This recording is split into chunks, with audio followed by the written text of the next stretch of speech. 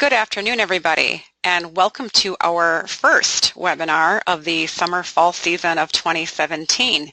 Very happy to have you with us this afternoon as we talk about effectively managing customer behaviors. I'm Jamie Machik with the Nicolet Federated Library System, and with me today is Danielle Ziemer.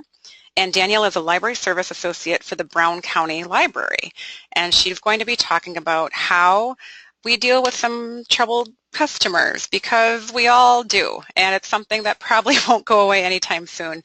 And she's here to provide some tips for that. So Danielle, whenever you're ready. Hello, Jamie, and thank you so much for giving me the opportunity to present today. I would also like to welcome everyone to Effectively Managing Customer Behaviors and say thank you for attending this webinar.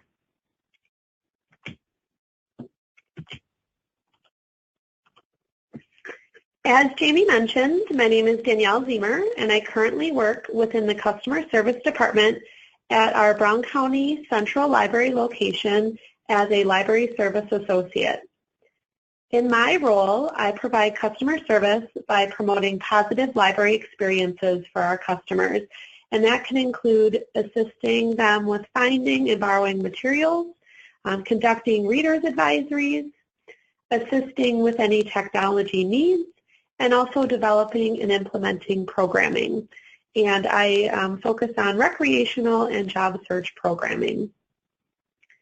I also participate in library-wide and community committees that are focused on customer service, organizational health, and promoting library services.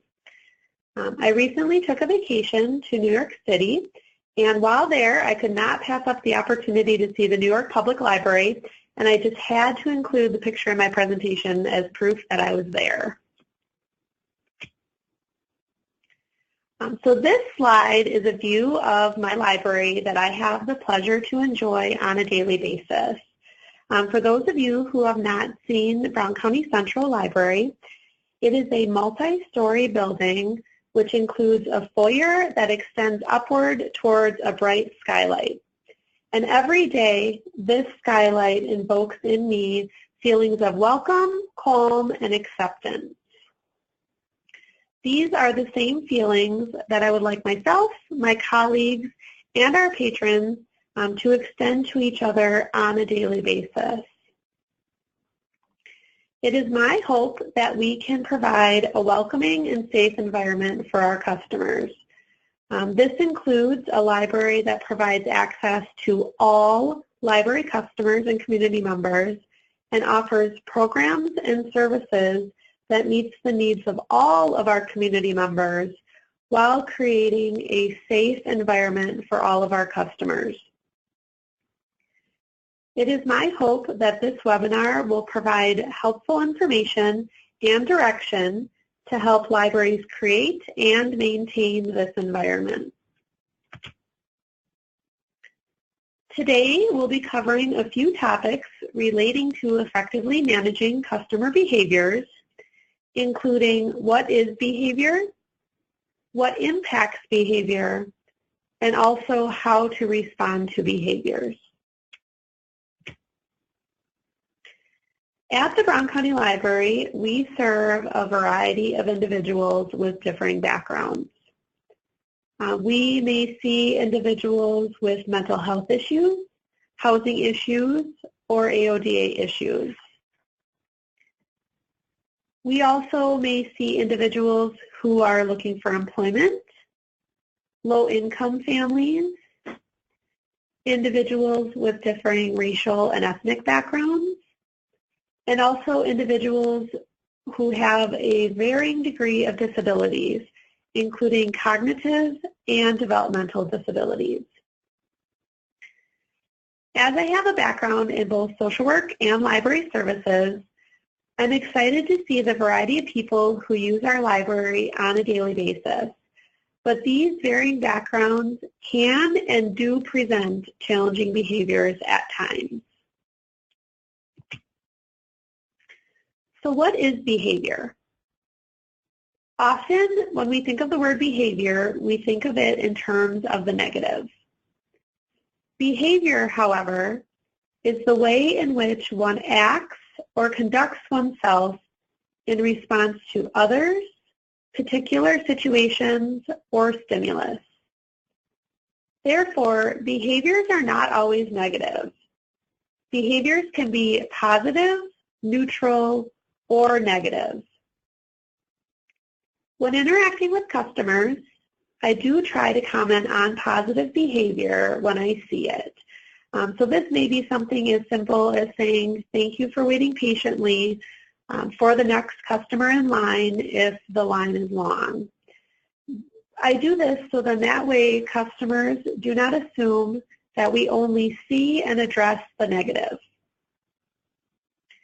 When thinking of behavior, we also want to consider the intent or the circumstances surrounding that behavior. Just as we serve a variety of individuals, we also see a variety of behaviors on a daily basis.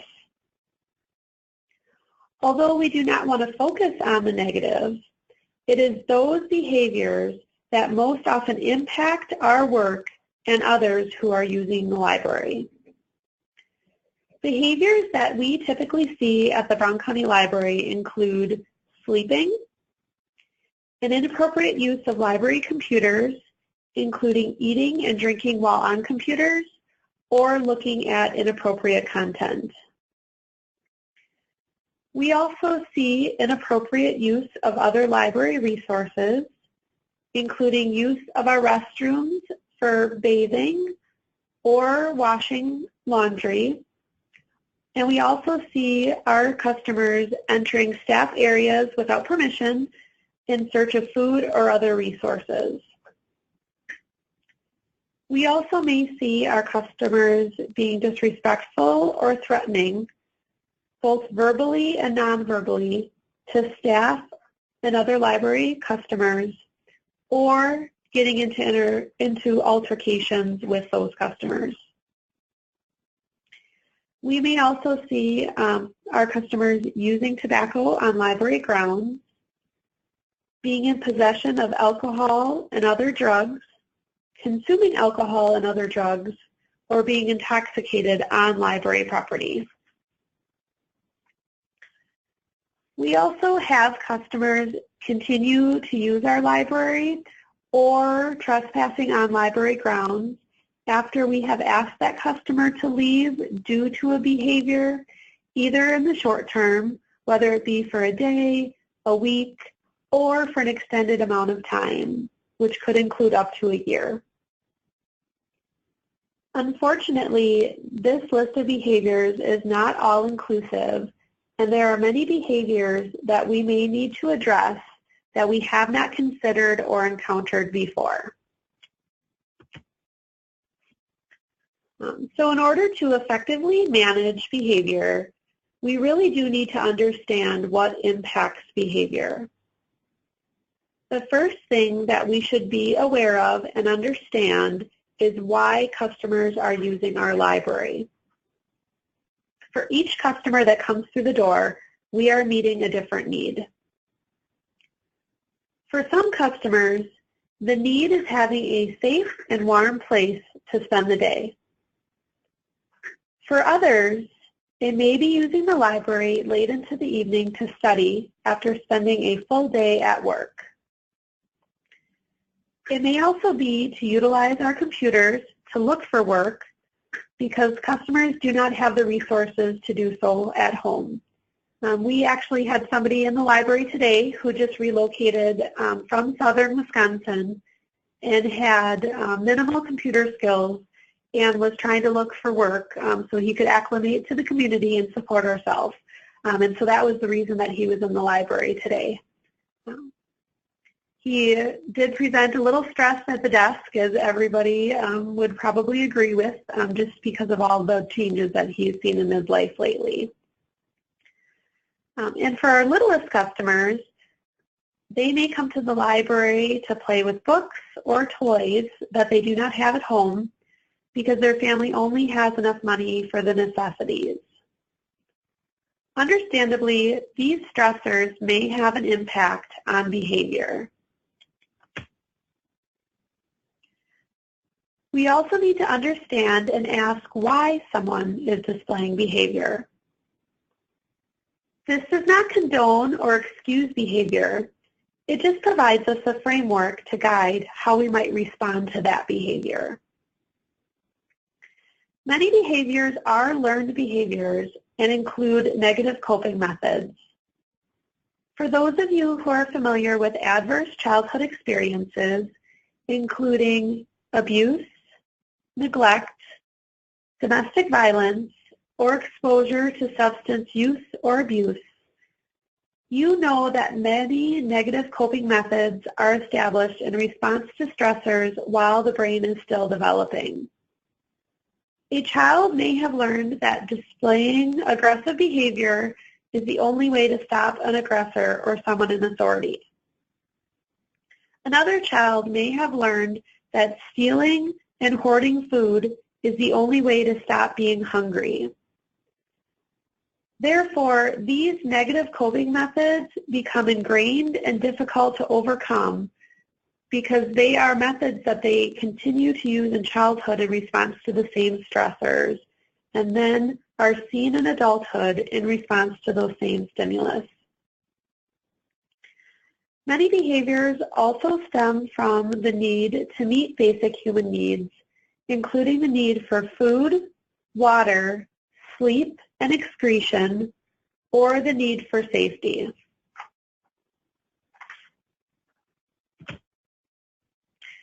If we consider the intent or circumstances surrounding the behavior, it may change our perspective of the person or how we respond to that behavior.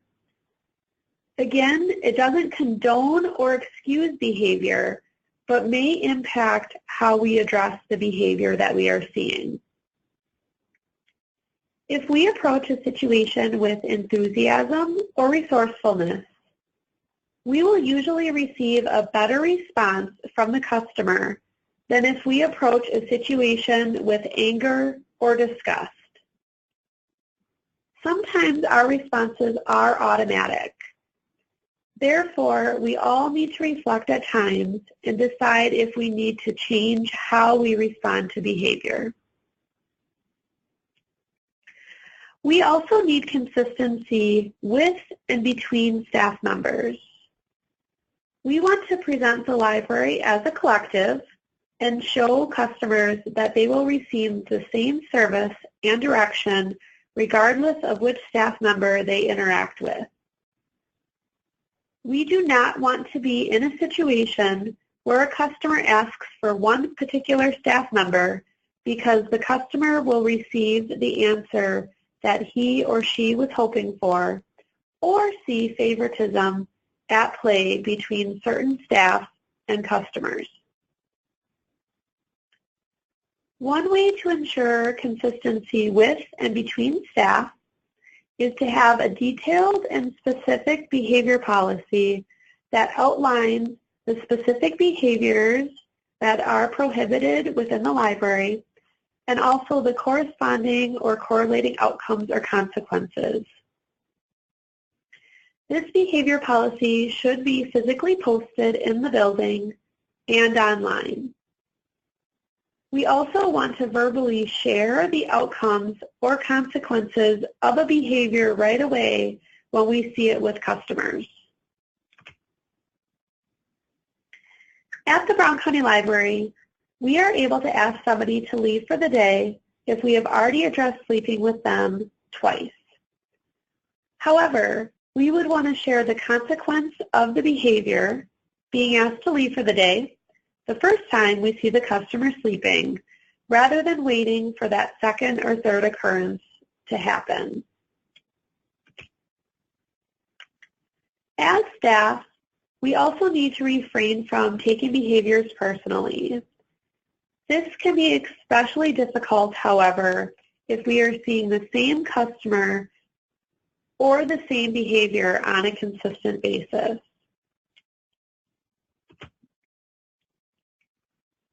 One way we can manage how we respond to behavior is to use effective verbal and nonverbal communication.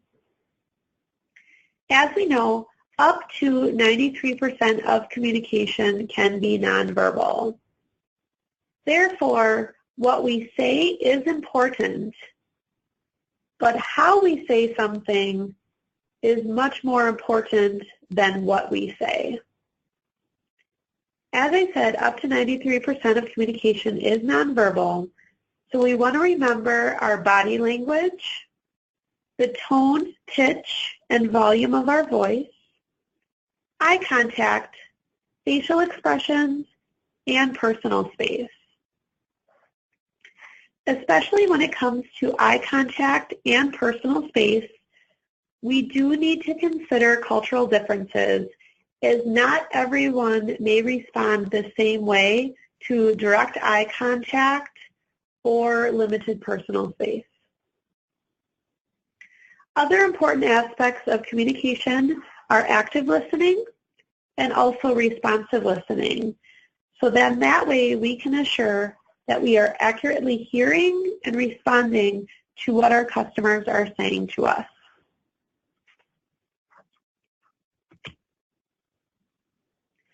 Although not everyone communicates the same way, remembering these aspects of nonverbal communication can assist with establishing rapport and building positive relationships with our customers, which is another factor in managing behavior. We will look at the types of relationships that we are looking for, the impacts of first impressions, and then also the need to balance our customers seeing us as friendly professionals versus them seeing us as just friends. So what types of relationships are we looking for? I believe, and I hope our customers would agree, that we are looking for relationships built on respect, communication, fairness and objectivity, support, transparency, and follow-through. One way to ensure we are building positive relationships is to create welcoming first impressions with our customers and to continue the positivity throughout all of our interactions. I am sure that we have all dealt with the busy mom at our customer service desk who may have 1, 2, 3 kids in tow who all have their own questions and their own needs at that time. But building that positive first impression with the mom and those kids will create positive, lifelong opportunities with that family. By building positive first impressions, we have a relationship established with that customer. And if we need to have a difficult conversation with that customer about his or her behavior, we already have that rapport established. We know, though, that it may be difficult to have positive and effective relationships built with some of our customers, as we do see new faces every day. And it's possible that during that first interaction, we may need to address an issue or a challenging behavior. We also need to balance our customers seeing us as friendly professionals versus our customers seeing us as friends. Although we may have consistent, sometimes daily interactions with our customers, we may also have shared interests with them that have come to light during programs or during readers' advisories, or we may have chance interactions with our customers out in the community. We still need to maintain a professional relationship with our customers so we can present authority when we need to. We had a situation a few weeks ago with a customer who was having concerns while he was in the library. Instead of addressing concerns with any staff that was available, he was either waiting at the desk or calling in the evening to talk to one particular staff person. Subsequently, this customer was starting to see the staff as a confidant and friend versus a helping professional that could address his concerns and the situation that he was facing. Because of the way he was seeing the staff person and also choosing not to address concerns with other staff, it was creating a situation where all staff were not familiar enough with the situation to address his concerns if things escalated. And this is not something that we want to create. Although we were happy that the customer felt comfortable with the staff person, we also want to make sure that everyone is readily available, knowledgeable of, and comfortable with his concerns to address them at any time.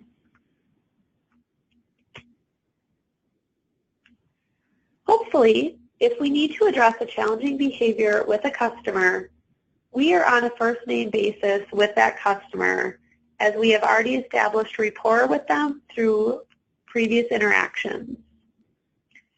If not, we would first want to introduce ourselves and ask for the customer's name. Hopefully, the customer will provide his name, so we would have it later if follow-up is needed. We would then express concern for the customer's well-being if it is appropriate for that situation. This is true in the case of a customer who is sleeping. For a sleeping customer, we may say, "Hi, my name is Danielle, and I'm a staff person here at the library. What is your name?" "Well, John, we just wanted to check and make sure that you were okay." If the person responds stating he is okay, then we would address the behavior and what the action would be. This is often best to do in the form of a direct statement that includes choices to provide clear understanding of expectations. If-then statements offer both directness and choice. The conversation with John may continue like this. "John, I'm glad to hear you're okay. We were worried as you appeared to be sleeping, and we thought something else might be wrong. As you know, sleeping is not allowed in the library. If you would like to stay at the library, then you need to stay awake." Wording if-then statements in a positive way is often more beneficial and effective than wording the statement in a negative way.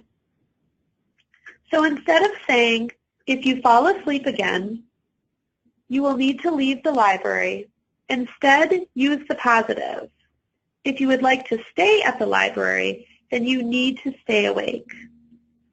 Although we are not always able to word things in the positive, we try to do so as much as possible.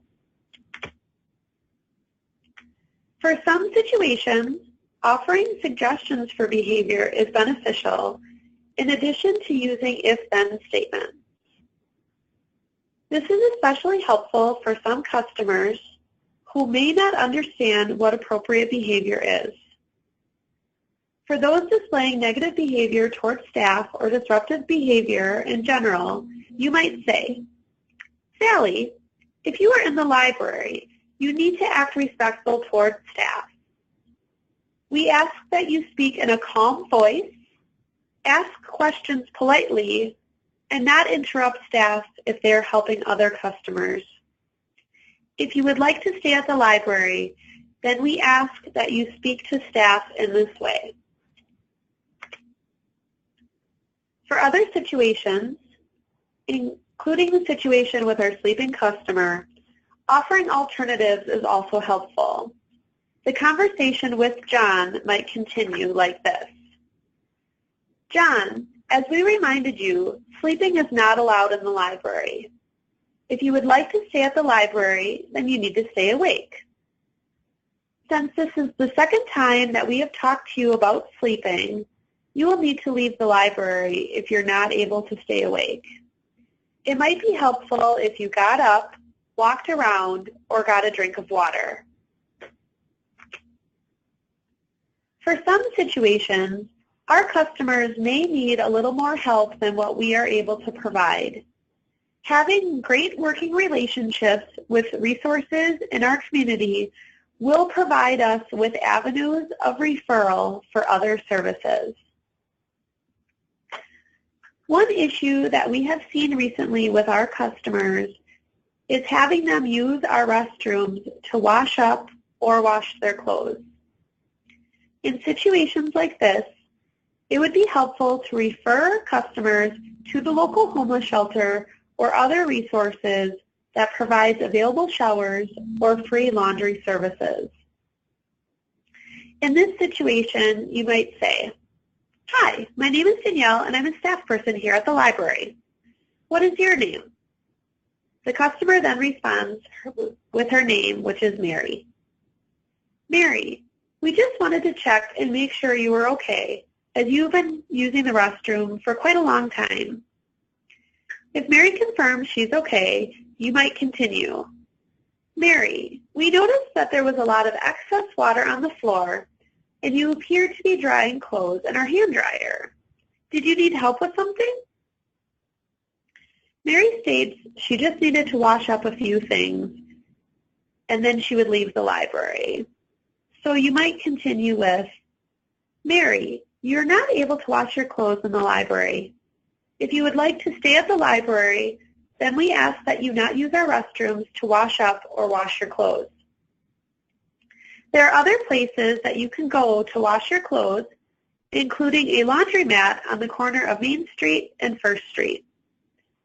If you need somewhere else to wash your clothes for free, you can go to XYZ agency to talk to them about laundry services that they have available. Would you like their phone number?" In this situation, we do not want to make assumptions about what's happening. So we would provide both free and paid services and also ask if the customer needs the phone number versus just giving the phone number for the free resource. So then that way the customer feels less embarrassed about the situation. As you can see through our examples, not all situations require that you offer suggestions, alternatives, or community resources. You do need to evaluate and use what you think creates the best response for the behavior. As we know, practice also does make perfect, so it is best to try and practice responses in response to particular scenarios, so then that way you can effectively manage behavior when it arrives. Another important aspect of managing customer behavior is to have adequate documentation. You would want a formal document that includes the customer's name or description of the customer if you did not have a name, detailed information about the behavior and where the incident took place, and what responses staff could take to address the situation. Please remember that you do not want to include opinions or speculations without facts. For instance, if being intoxicated has not been confirmed, either by the customer or by the police, you would not write that the customer is intoxicated. Instead, you would write that the customer appeared to be intoxicated as he or she was having difficulties walking, was slurring his or her words, and there was the smell of alcohol on the customer. Documentation is also important for those situations that may have not escalated to a concern or to a challenging behavior, but still could cause concern in the future. Having adequate documentation at the start of any behavior provides us with help and assistance if the behavior continues or escalates in the future. If you have a regular customer who needs a little more assistance than typical, or who typically presents behaviors, you may decide that you want to create a formal response plan to refer to when situations arise. This plan could be created in response to a consistent challenging behavior, that would outline the steps that staff could take to address or minimize the behavior, and which staff should be aware of the plan so everyone is on the same page and can provide clear and consistent responses. For some customers, we may have more than one response plan to address multiple behaviors. We currently have a customer at the Brown County Library with developmental disabilities that comes in with a caregiver to use our computers. As the customer likes using the computer to listen to music or play games, he often loses track of time and starts displaying disruptive behavior when the computer logs off. In the past, the caregiver has asked if library staff could act as security and ask the customer to leave the library when his time is up. At our library, a customer is able to purchase additional computer time, and this particular customer can also use the library for other resources. So the library staff were not comfortable acting as security and asked him to leave the building. We, however, could work with this particular customer's caregiver to create a plan that would minimize the behavior. One option that we have is to send notices through our computer reservation system that would then pop up on that customer's computer. We could send notices to advise the customer that he has 30 minutes, 20 minutes, and 10 minutes left to his computer time. For our particular reservation system, it currently only provides warnings when there's 5 minutes left. And for this customer, that was not enough time. By adding in these extra alerts, it would take the element of surprise out of the situation for this customer and allow him to prepare for his time ending. We would need commitment from the caregiver, however, as the caregiver would need to come to the desk to remind us to send the notices.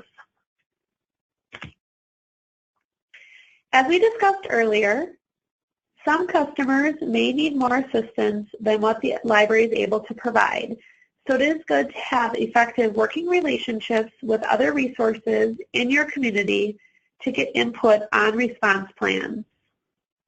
Including community resource information in response plans also assures that applicable staff will be aware of where to refer a customer during a particular situation.